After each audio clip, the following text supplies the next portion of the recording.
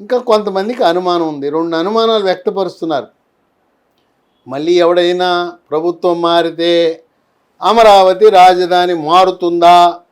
ఇన్ని లక్షల కోట్లు ఖర్చు పెట్టిన తర్వాత 62,000 కోట్లు ప్రభుత్వ పరంగా, 2,40,000 కోట్లు ప్రైవేటు పరంగా, 3 లక్షల కోట్లు పెట్టుబడి పెట్టినాక ఎవరైనా మానసిక రోగి, ఎవరైనా ముఖ్యమంత్రి లాంటి వాడు ఎవరైనా వస్తే ఈ రాజధాని ఉంటుందా లేదా అని కొంతమందికి న్యాయ పరిజ్ఞానము లేని వారికి అనుమానం ఉన్నది. అంటే అప్పుడు ఆ ప్రభుత్వం ఉన్నప్పుడు 14-19 మధ్యలో చిన్న లోపం దొర్లింది. ఆంధ్రప్రదేశ్ విభజన చట్టంలో తెలంగాణ రాజధాని హైదరాబాద్ అని రాశారు. ఇంక దాన్ని ఎవడు మార్చలేడు కదా. అట్లాగే ఆంధ్రప్రదేశ్ రాష్ట్రానికి రాజధానిని ప్రజాస్వామ్యబద్ధముగా 2014లో ఎన్నికైన ప్రభుత్వం ఎంపిక చేసుకుంటుంది అని అక్కడ చట్టంలో రాశారు. మోడీ గారు వచ్చి శంకుస్థాపన చేశాడు. మరి రాష్ట్ర ప్రభుత్వం గెజిట్ నోటిఫికేషన్ ఇచ్చింది కదా, మళ్ళీ మనమే కదా గెలిచేది, ఇంకెవడు రాబోతున్నాడు అని చెప్పి మితిమీరిన ఆత్మవిశ్వాసముతో ఒక చిన్న పని చేయటములో అలక్ష్యము, అశ్రద్ధ జరిగింది.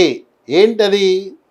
మనం ఎప్పుడైతే ప్రధానమంత్రి మోదీ వచ్చి అమరావతి శంకుస్థాపన చేశాడో, మనం దాన్ని నిర్ణయించామో, దాన్ని రాజ్యసభలో, లోక్సభలో ప్రస్తావించి మా రాజధాని అమరావతిగా నిర్ధారించడం జరిగిందని ఆంధ్రప్రదేశ్ విభజన చట్టములో ఎక్కడైతే వాళ్ళ రాజధాని వాళ్ళు నిర్ధారించుకుంటారని రాశారో ఆ కింద ఒక లైన్ రాసేసి ఉన్నట్లయితే ఈ జగన్మోహన్ రెడ్డి 3 రాజధానుల 3 ముక్కల ఆట ఆడేవాడు కాదు.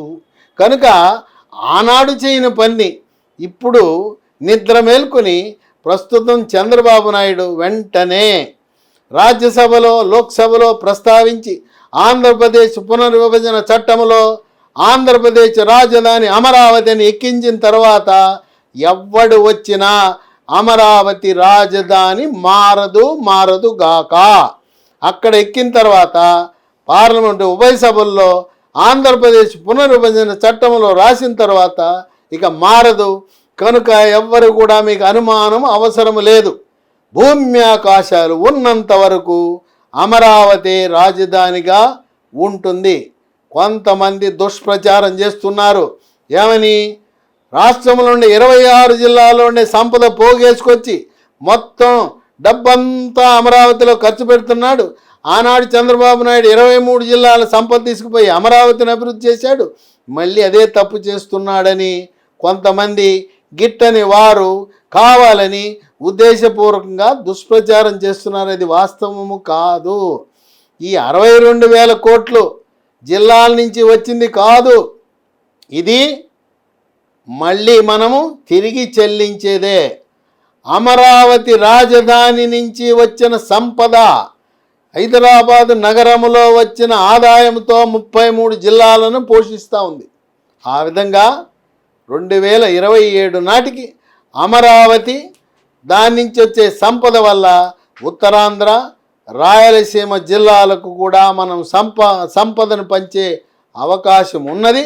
కనుక జిల్లాలను నిర్లక్ష్యము చేయటం అనేది జరగదు. ఇది అక్కడ అభివృద్ధిని నిలుపుదల చేసి ఆ డబ్బులు ఇక్కడ ఖర్చు పెట్టడం లేదని ప్రజలు అర్థం చేసుకోవాల్సిన అవసరం ఉన్నది.